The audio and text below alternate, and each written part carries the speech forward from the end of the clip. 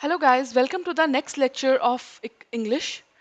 तो हमने last class में आपका participle, gerund and infinitive verb किए थे, राइट? तो आज हम अपना नेक्स्ट स्टार्ट करने जा रहे हैं,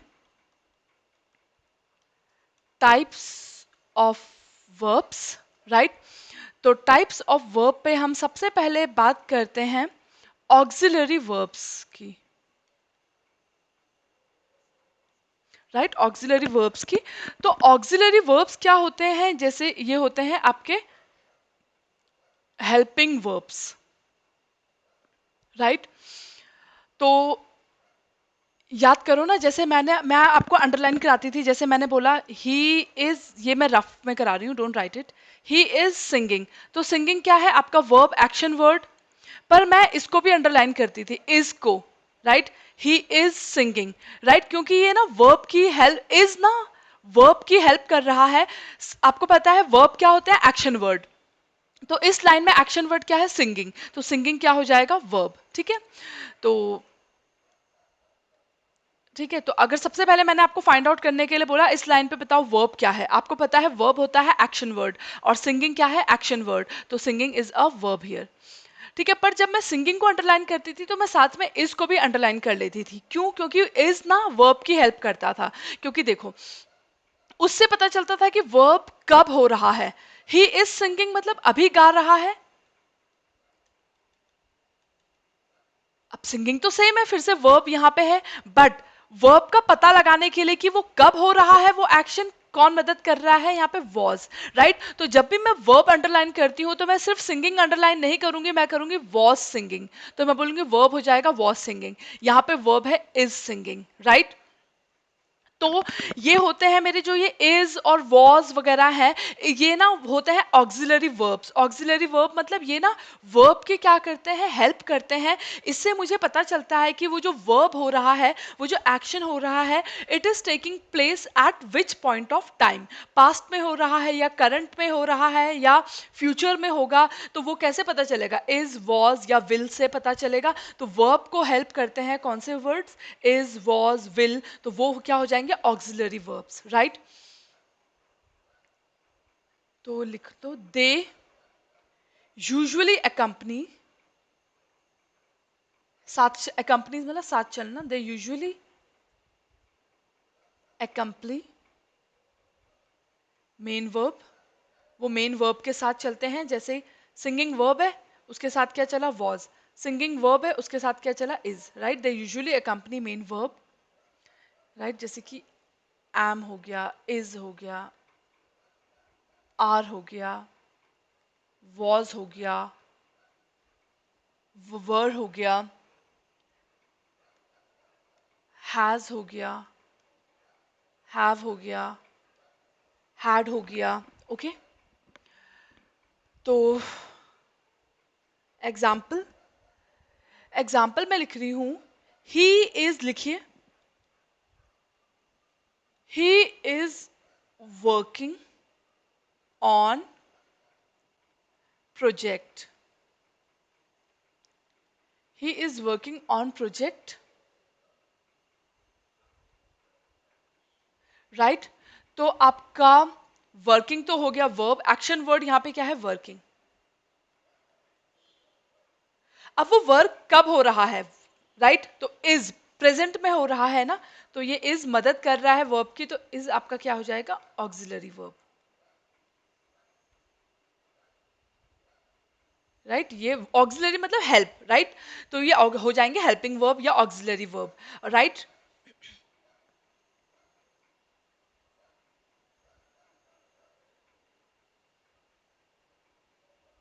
अगला एग्जाम्पल, आई एम वर्किंग। तो वर्किंग हो जाएगा वर्ब, और इज हो जाए, एम हो जाएगा auxiliary verb. Okay,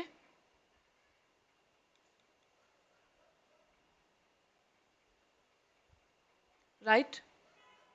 the aeroplane is flying high. ठीक,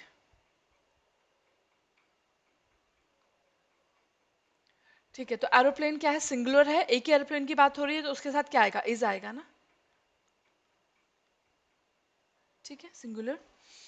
ठीक है, तो सिंगुलर के साथ ऑक्सिलरी वर्ब क्या आता है, इज। और अगर प्लूरल होगा यहाँ पे एरोप्लेन्स तो क्या आता है, आर। राइट, तो अगर प्लूरल होते हैं तो उसकी हेल्प कौन करता है, आर। राइट, तो ऑक्सिलरी वर्ब उस केस में क्या हो जाएगा, आर। ओके, तो इज आपका हो जाएगा ऑक्सिलरी वर्ब। राइट, और आपका ये इज सिंगुलर होता है। राइट, और फ्लाइंग आपका यहाँ पे हो जाएगा मेन वर्ब। राइट, फ्लाइंग आपका हो जाएगा यहाँ पे मेन वर्ब। उसके बाद आपका है नेक्स्ट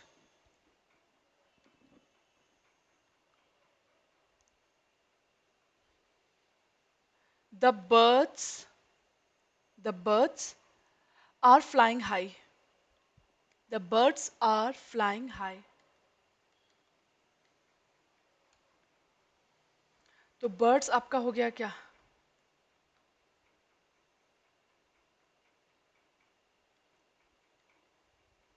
प्लूरल। ओके, तो आर आपका क्या हो गया, ऑक्सिलरी वर्ब हो गया, जो किसके साथ लगता है, प्लूरल के साथ। प्लूरल मतलब बहुत सारे बर्ड्स ना, और अगर बर्ड होता सिंगुलर होता तो लगता इज। और आपका ये फ्लाइंग हो गया मेन वर्ब। ठीक, ठीक। उसके बाद है next example, the gate was opened by postman। Right, तो ओपन यहाँ पे हो गया वर्ब, उसकी हेल्प कौन कर रहा है, was। राइट, तो was is helping open. Right,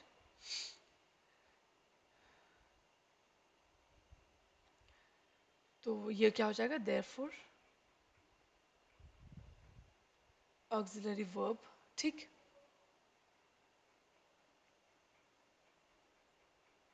इस सेंटेंस को हम अदर वे अराउंड में भी लिख सकते थे, दूसरे तरीके से क्या लिख सकते थे, the postman open the gate. ठीक है, तो वहां पे कोई ऑक्सिलरी वर्ब आपको नहीं दिखाई देने को मिलता। ठीक है, क्या था sentence, the postman open the gate. ठीक है, तो वहां पे कोई ऑक्सिलरी वर्ब नहीं है। चलो, और ओपन क्या हो जाएगा आपका, वर्ब। ओके, चलो, लिख लिया आपने ये सब। चलो, अब देखिए transitive verbs.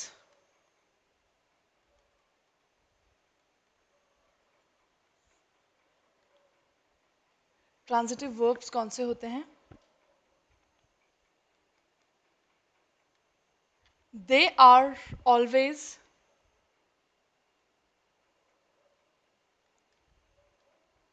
action verb and show doable activity।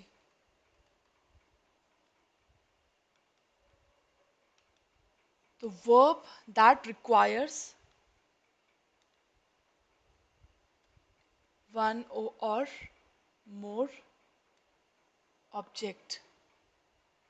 Example करेंगे तब समझ आएगा। if we are able to find out what या whom, it means object is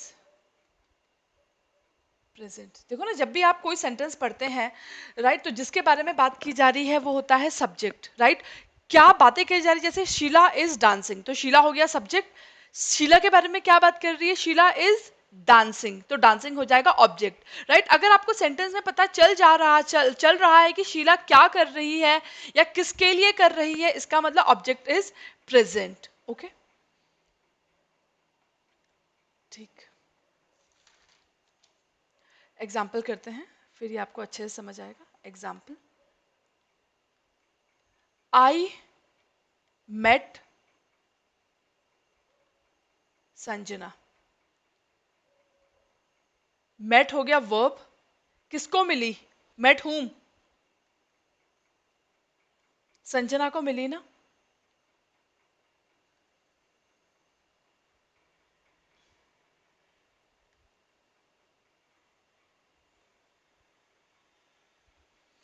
तो the place of object is always after the verb. देखो, आई met Sanjana, तो met यहां पे क्या है? वर्ब। मेट किसको? संजना, राइट। तो जो ऑब्जेक्ट है, राइट, ऑब्जेक्ट की प्लेस किसके बाद आ रही है? वर्ब के बाद आ रही है। सब्जेक्ट क्या है? आई, मेरे बारे में बात चल रही है। क्या बात चल रही है? whom आई मेट संजना, तो क्या बात चल रही है मेरे बारे में? कि आई मेट संजना, तो संजना क्या हो जाएगी? Object, right.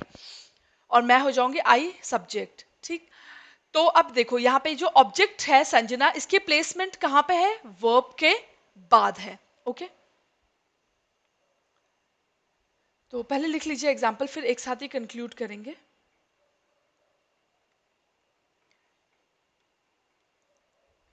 She cooked delicious food। तो cooked what? delicious food, ठीक है।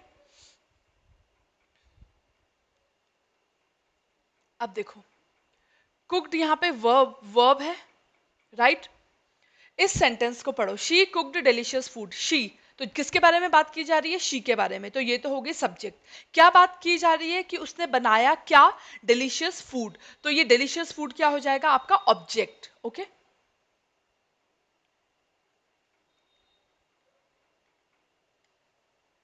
तो हियर ऑल्सो, यहां पे भी आप क्या देख रहे हैं? Object is after verb. यहां पे भी ऑब्जेक्ट किसके बारे बाद में है? वर्ब के बाद में है, राइट। तो हम कंक्लूड करके लिख सकते हैं,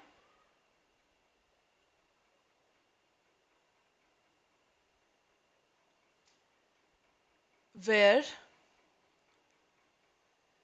तो जहां पे, जिन सेंटेंसेस में ऑब्जेक्ट अवेलेबल है, राइट। यहां पे भी ऑब्जेक्ट अवेलेबल है, यहां पे भी ऑब्जेक्ट अवेलेबल है, और प्लेसमेंट भी किसके बाद है? वर्ब के बाद है, राइट। इसका मतलब हम वहां पे क्या बोलेंगे? It is transitive verb, right. तो वेयर ऑब्जेक्ट इज अवेलेबल,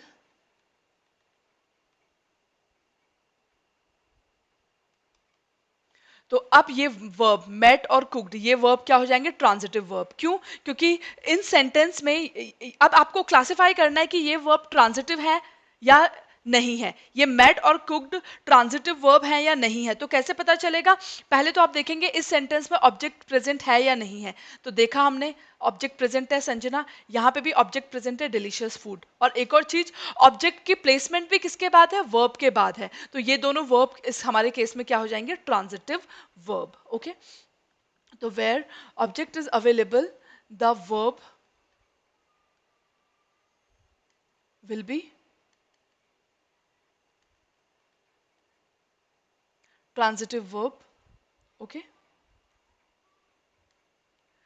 अगला एग्जाम्पल मैं आपको देती हूं।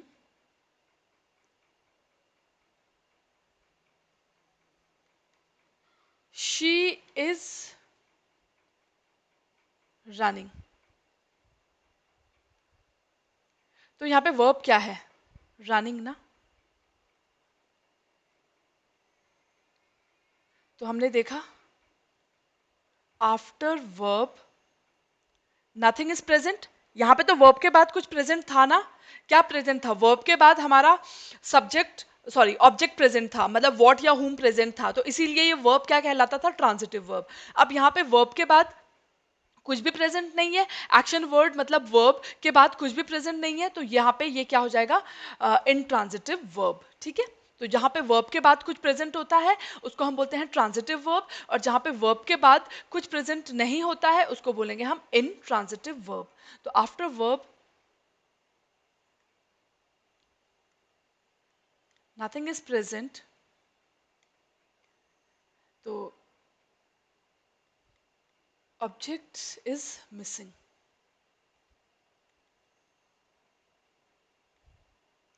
ठीक, तो यहाँ पे आप कर लीजिए, इस सेंटेंस में क्या हुआ, here object is not present, therefore verb is therefore verb is intransitive verb। समझ आया? ट्रांजिटिव और इंसान ट्रांजिटिव वर्ब्स क्या होते हैं, जहाँ पे वर्ब के बाद कुछ भी प्रेजेंट ना हो वो होता है इंट्रांजिटिव वर्ब, और जहाँ पे वर्ब के बाद कुछ प्रेजेंट हो मतलब ऑब्जेक्ट प्रेजेंट हो वो हो जाते हैं आपके ट्रांजिटिव वर्ब। ओके,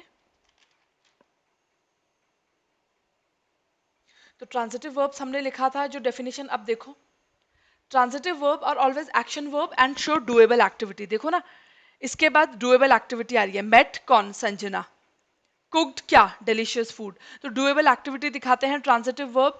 तो वर्ब दैट रिक्वायर वन और मोर ऑब्जेक्ट, और देखो इन वर्ब के बाद ऑब्जेक्ट भी आ रहा है, इस वर्ब के बाद भी ऑब्जेक्ट आ रहा है, राइट तो इसका मतलब सिंपल शब्दों में, if we are able to find out what object मतलब व्हाट या whom, if we are able to find out that, इसका मतलब वर्ब हमारा क्या हो जाएगा, ट्रांजिटिव वर्ब। राइट तो वर्ब के बाद अगर कुछ प्रेजेंट है तो वर्ब हमारा क्या कहलाएगा, ट्रांजिटिव वर्ब, और अगर वर्ब के बाद कुछ नहीं प्रेजेंट है तो वर्ब हो जाएगा आपका इनट्रांजिटिव वर्ब। ठीक है, तो एक और एग्जाम्पल उसका हम देख लेते हैं, जैसे लॉयन इज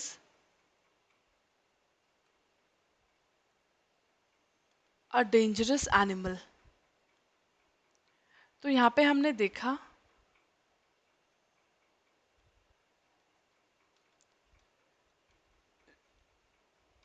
राइट लॉयन के बारे में पता है कि क्या है, डेंजरस एनिमल है,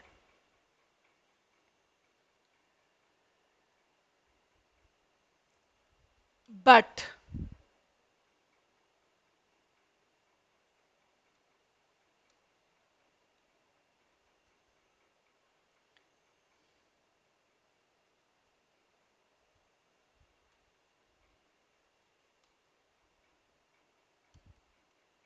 पहले लिख लीजिए फिर समझाती हूँ।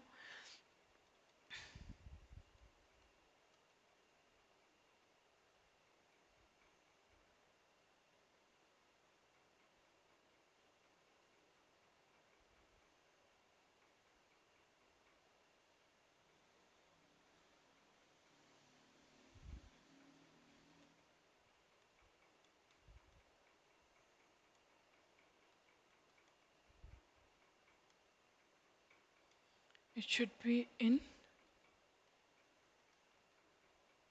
ठीक है। अब डेंजरस एनिमल व्हाट प्रेजेंट है, क्या कौन है डेंजरस एनिमल, लॉयन, राइट ठीक है। तो व्हाट इज इसका मतलब व्हाट इज प्रेजेंट है हमारे पास, बट वो कहाँ पे प्रेजेंट है, लॉयन कहाँ पे आ रहा है, किस जगह पे आ रहा है, सब्जेक्ट की जगह पे आ रहा है, तो विच इज रॉन्ग। ठीक है,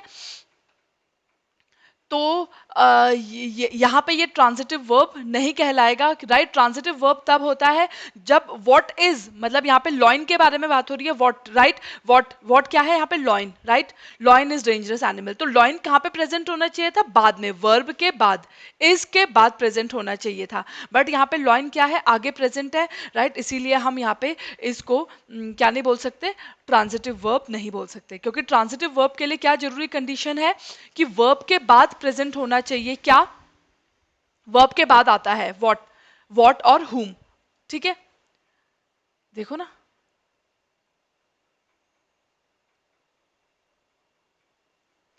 पहले वर्ब आता है, फिर क्या आता है, व्हाट या whom।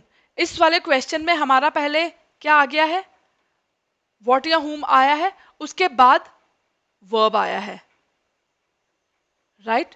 तो यहां पे हम इसको ट्रांजिटिव वर्ब नहीं बोल सकते। ट्रांजिटिव वर्ब तभी बोलते हैं जब व्हाट या whom किसके बाद आता है, वर्ब के बाद आता है। ओके।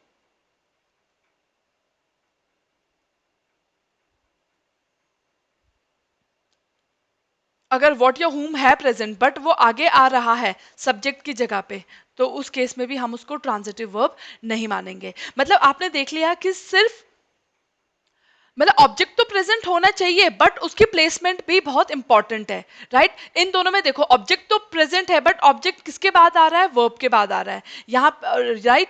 और ऊपर भी देखो, ऑब्जेक्ट प्रेजेंट है बट किसके बाद आ रहा है, वर्ब के बाद आ रहा है, तो इसीलिए वर्ब कहलाएगा क्या, ट्रांजिटिव वर्ब। बट अगर किसी केस में ऑब्जेक्ट प्रेजेंट है बट वो वर्ब से पहले आ रहा है, तो उसको भी हम ट्रांजिटिव वर्ब नहीं बोलेंगे, राइट। तो ट्रांजिटिव वर्ब होने के लिए दो कंडीशन जरूरी है, राइट। क्या कंडीशन जरूरी है, ऑब्जेक्ट तो प्रेजेंट होना जरूरी है ही है, साथ ही साथ वो किसके, उसके प्लेसमेंट किसके बाद होनी चाहिए, वर्ब के बाद होनी चाहिए, राइट। इसके बाद आ जाता है हमारा नेक्स्ट, मोडाल्स।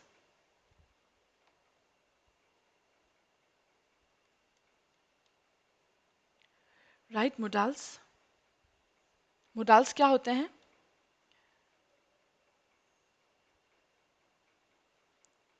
दीज आर, लिखिए साथ साथ, these are used before ordinary words and express meanings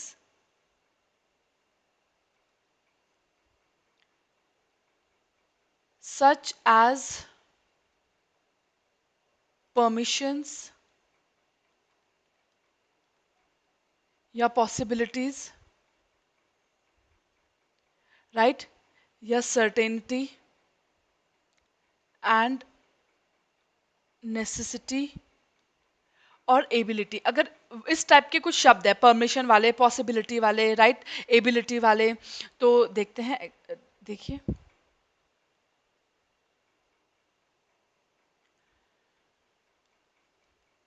types,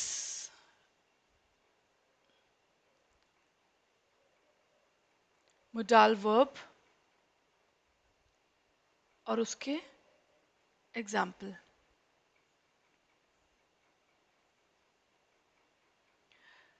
तो टाइप, जैसे पहले मैं बात कर रही हूं एबिलिटी की,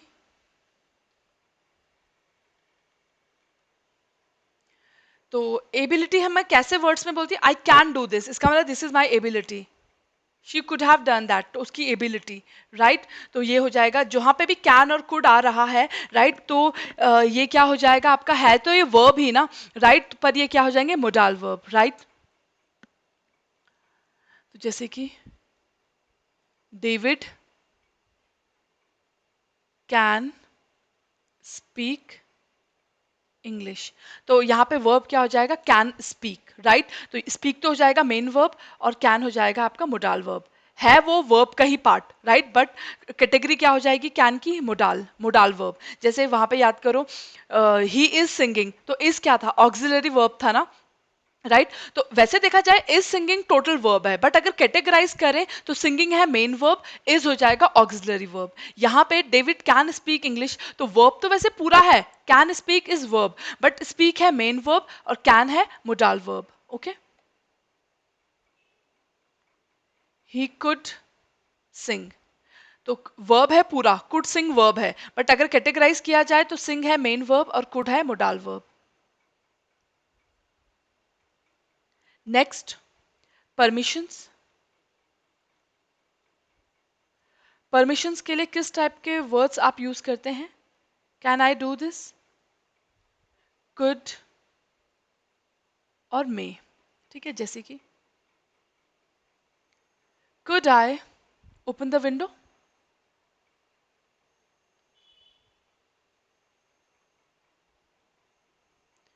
मे आई बोरो मनी, क्या मैं पैसे बोरो कर लूं, तो यहाँ पे आपसे पूछा जाएगा, बोरो है मेन वर्ब और मे हो गया मोडाल वर्ब, ओपन है आपका मेन वर्ब और कुड हो जाएगा मोडाल वर्ब, राइट। तो जो भी वर्ड्स हैं जिनसे एबिलिटी का पता चल रहा है, परमिशन का पता चल रहा है, राइट, वो वर्ड्स आपके क्या हो जाते हैं, मोडाल वर्ब्स, राइट। एडवाइस, जैसे बोलते यू शुड स्टडी, तो एडवाइस दे रही हूं ना, तो you should visit your doctor.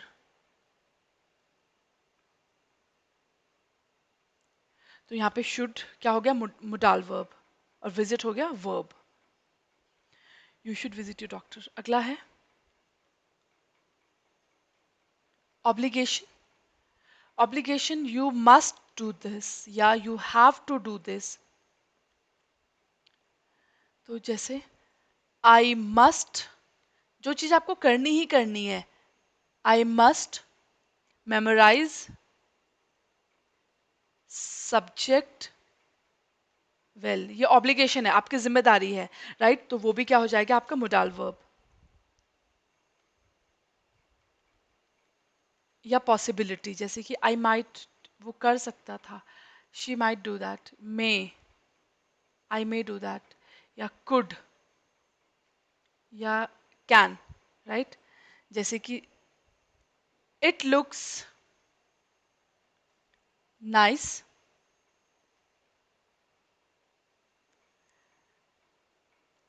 But it might be